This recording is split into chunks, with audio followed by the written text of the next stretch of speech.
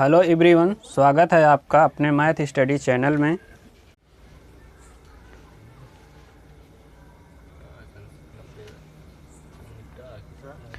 तो अलग अलग प्रकार से सभी फार्मूले मेंसुरेशन के लगभग कंप्लीट हो चुके हैं। अब इसमें करेंगे मिक्स क्वेश्चन। जैसे कि कुछ इम्पॉर्टेंट क्वेश्चन में से है पहला नंबर,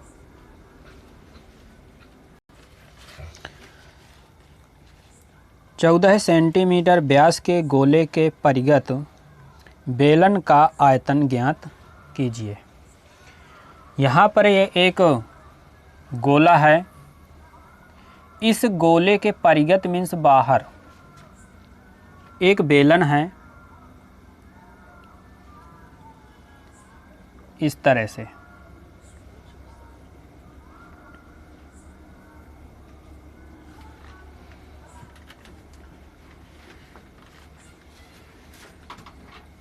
तो ये जो बेलन बन रहा है इसका आयतन ज्ञात करना है। 14 सेंटीमीटर इस गोले का व्यास है, ये 14 सेंटीमीटर है। तो इसकी त्रिज्या 7 सेंटीमीटर हो जाएगी, r बराबर। ये गोला ऊपर भी टच कर रहा है और नीचे भी टच करेगा, अर्थात गोले का व्यास ही इस बेलन की ऊंचाई होगी।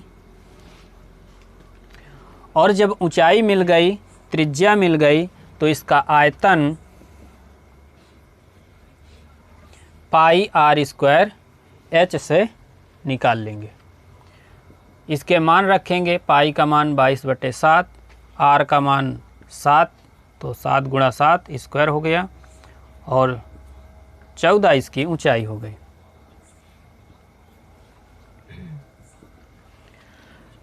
अब इसको सॉल्व कर देंगे तो ये आ जाएगा 154 गुणा 14।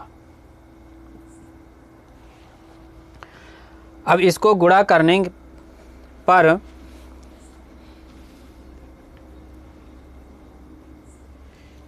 इक्कीस 56 आएगा।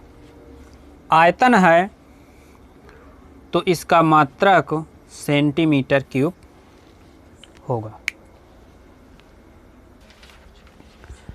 अब जैसे कि सेकंड क्वेश्चन है, रिलेटेड इसी से है कि किसी गोले के आयतन और उसके परिगत बेलन के आयतन का अनुपात क्या होगा। जैसे कि ये पहले वाले क्वेश्चन में दिया हुआ है कि व्यास 14 सेंटीमीटर है। अब यहाँ पर इसमें माप नहीं दिया, न्यूमेरिकल वैल्यू नहीं दिया है, और ये बता रहा है कि ये गोला के परिगत बेलन बन रहा है। जब बेलन बन रहा है तो बेलन की ऊंचाई व्यास यानी कि 2 गुणे त्रिज्या के बराबर होगा, क्योंकि ये तो व्यास हो गई और यही बेलन के लिए ऊंचाई है। माना है कि इसकी त्रिज्या r है, और जब त्रिज्या r है तो व्यास 2r जो कि ऊंचाई का काम करेगी। तो बेलन का आयतन ये है। गोले का आयतन का सूत्र है 4/3 पाई r क्यूब। अब दोनों की त्रिज्याएं तो सेम हैं। अब इनमें हमें अनुपात निकालना है, तो b1/b2।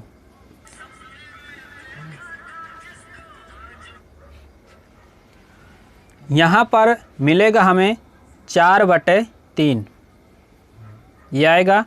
पाई दोनों में है, कट जाएगा, तो पहले r पूरा रख देते हैं, r को नहीं काटते हैं, देखना यहाँ से डायरेक्ट कटेगा। तो यहाँ बचेगा आर क्यूब और इसमें होगा आर स्क्वायर, लेकिन h की जगह में होगा 2 इंटू आर। तो ये आर आर बन गया आर क्यूब और ऊपर वाले से कैंसिल हो गया और 2 से ये कट गया तो ऊपर बचा 2, नीचे बचा 3। तो आयतनों का अनुपात 2:3 होगा।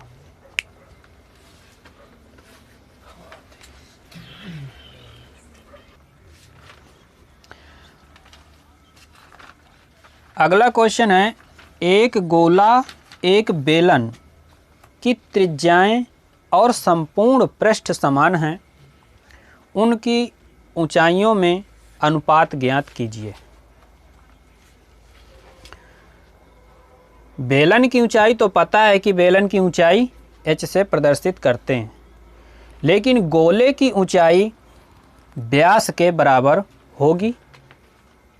अधिकतम ऊंचाई ही उसकी ऊंचाई होगी और अधिकतम लंबाई यानी कि व्यास। तो दोनों की त्रिज्याएं समान हैं और संपूर्ण पृष्ठ भी समान हैं। गोले का संपूर्ण पृष्ठ 4 पाई आर स्क्वायर होगा। गोला ऊपर हो गया, नीचे बेलन।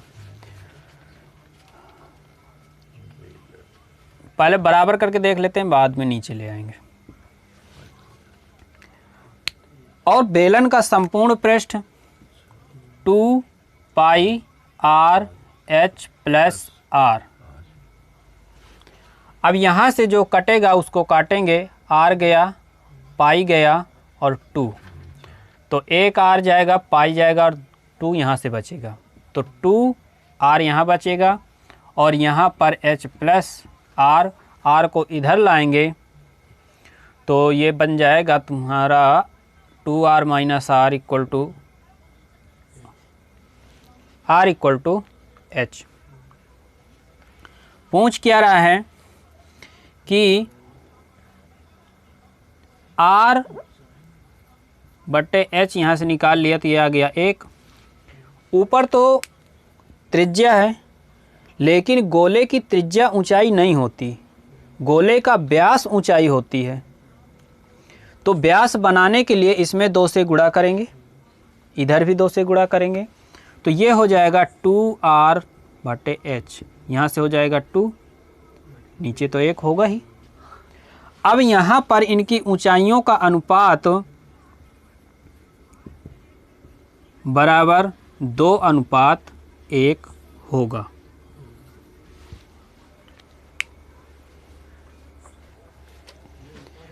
अब ये नेक्स्ट क्वेश्चन है, 14 सेंटीमीटर व्यास के गोले से 7 सेंटीमीटर ऊंचाई का अधिकतम आयतन का शंकु बनाया गया है। शंकु का आयतन कितना होगा?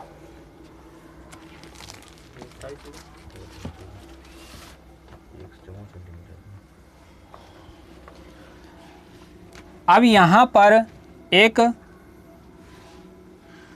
गोला है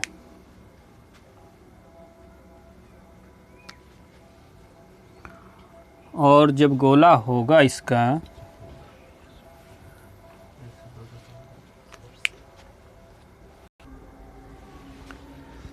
इस गोले से हमें अधिकतम आयतन का शंकु बनाना है, वो भी जब उसकी ऊंचाई 7 हो। इसका व्यास है 14 सेंटीमीटर व्यास है, तो यानी कि 7 सेंटीमीटर इस गोले की त्रिज्या होगी। यहाँ पर ये भी ऊंचाई 7 होगी, ये भी 7 हो जाएगी और हमें 7 सेंटीमीटर ऊंचाई का ही शंकु बनाना है और वो अधिकतम आयतन का हो। तो यदि उसके आधार का क्षेत्रफल हमें अधिकतम मिल जाए तो उसका आयतन अधिकतम हो जाएगा इस गोले के अंदर। अब यहाँ पर इस कंडीशन में यदि हम शंकु का आधार गोले के केंद्र पे बना दें, केंद्र से बना दें तो इसकी ऊंचाई तो हमारी 7 बच जाएगी, जो कि क्वेश्चन के अनुसार है। तो यहाँ से ये एक शंकु इस तरह से बन जाएगा। ये अब ये जो शंकु है तो कंडीशन को फॉलो करते हुए कि शंकु की ऊंचाई 7 सेंटीमीटर हो और उसका अधिकतम आयतन हो, तो यही एक इसकी कंडीशन होगी। अब इसकी त्रिज्या भी 7 होगी और इसकी ऊंचाई भी 7। तो शंकु का आयतन हो जाएगा 1/3 पाई r स्क्वायर h।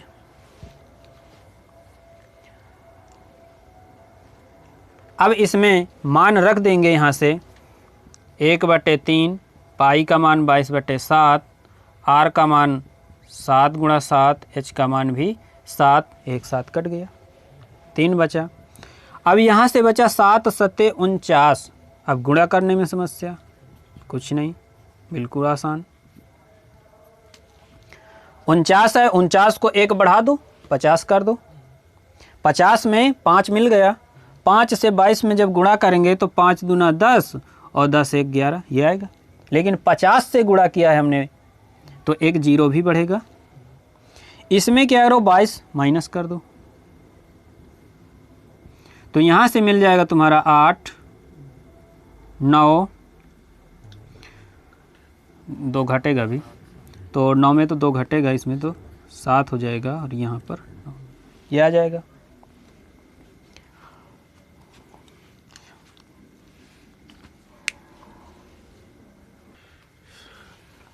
देखो यहाँ थोड़ा मिस्टेक है, 100 नहीं आ रहा है, 110 आ रहा था। तो 5 दूना 10 और 10 1 11। अब इसमें 0 आएगा 50 का और माइनस करते हैं 22। अब यहाँ से घटे तो 8 और 7 और यहाँ पर 0 1, बटे में 3 रहेगा ही, तो 10 78/3। भाग दे के सही बटा में तोड़ दें, नहीं यही आंसर हो जाएगा। और ये आ जाएगा 3 × 9, 1 17 हो गया, 3 × 5 15 हो गया, 2 28, 3 9 27 और 1/3। तो यह इसका आयतन होगा।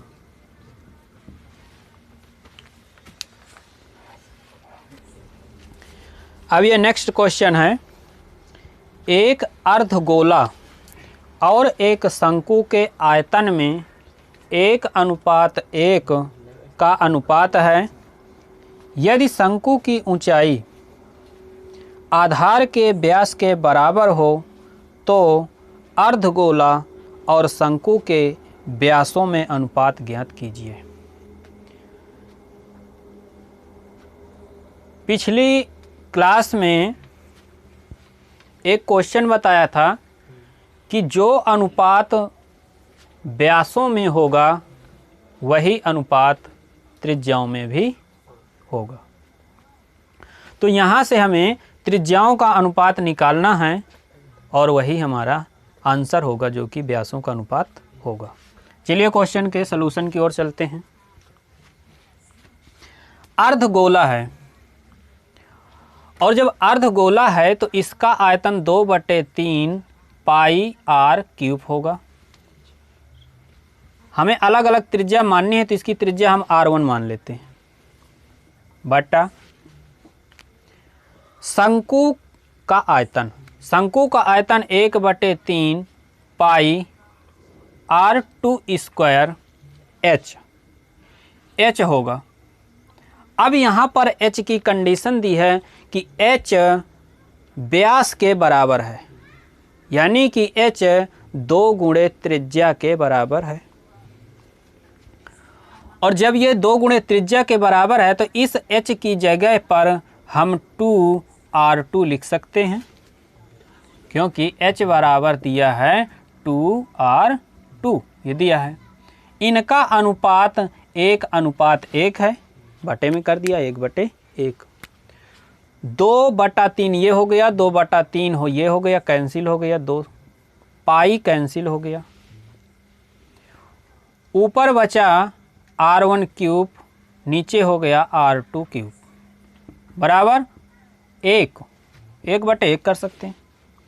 जब यहाँ पर क्यूब रूट जाएगा तो 1 से बाहर 1 ही आएगा, 1/1 ही रहेगा। तो यही अनुपात है त्रिज्याओं का और यही अनुपात होगा व्यासों का। तो व्यासों का अनुपात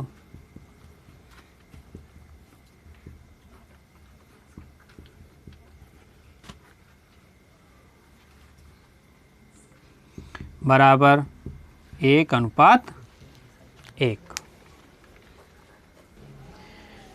अब जैसे ये अगला नेक्स्ट क्वेश्चन है, अगला नंबर, एक गोले के व्यास तथा एक शंकु की ऊंचाई में 1:1 का अनुपात है। यदि दोनों के आयतन समान हों तो उनकी त्रिज्याओं में अनुपात ज्ञात कीजिए।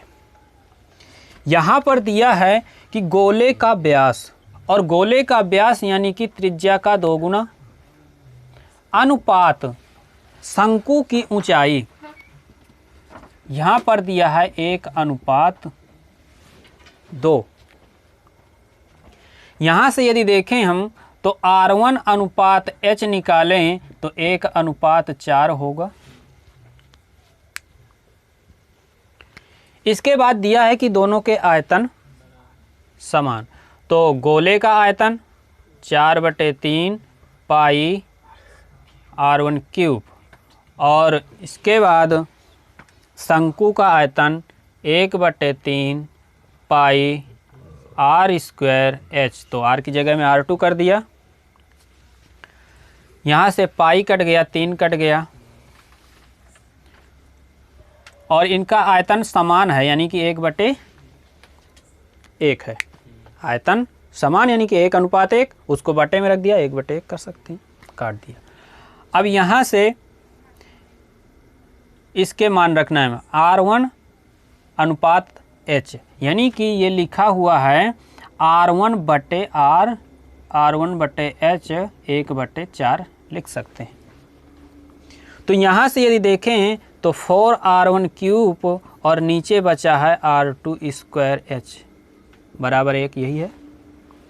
इसको यदि हम अलग कर दें, 4 को जैसे अलग कर दिया और r1² को अलग कर दिया, तो नीचे आ जाएगा r2²।